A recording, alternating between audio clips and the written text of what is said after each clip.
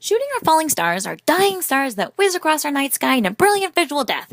Or are they? Well, it's no wonder that people think so, as whatever it is we do see are in fact called stars. Make a wish because they're super rare. Actually, there's tons of myths about them because they appear so often. But what are they if not dying stars plummeting towards us? Well, what are stars?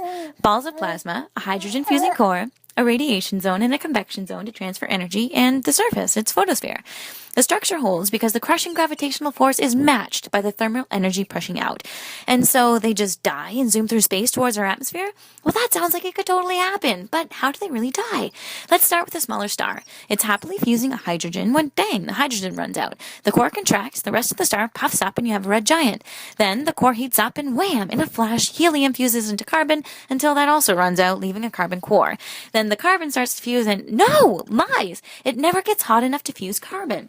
Without fusion, gravity's crush wins, blasting off the outer layers in a planetary nebula, leaving a dead core called a white dwarf. So that happened, and no whizzing.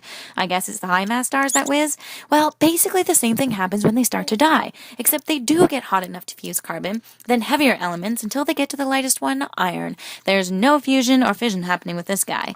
No equilibrium means the core collapses, the outer layers blast off in a huge supernova that emits a bazillion times more energy than the sun will ever, and then it shoots away into space?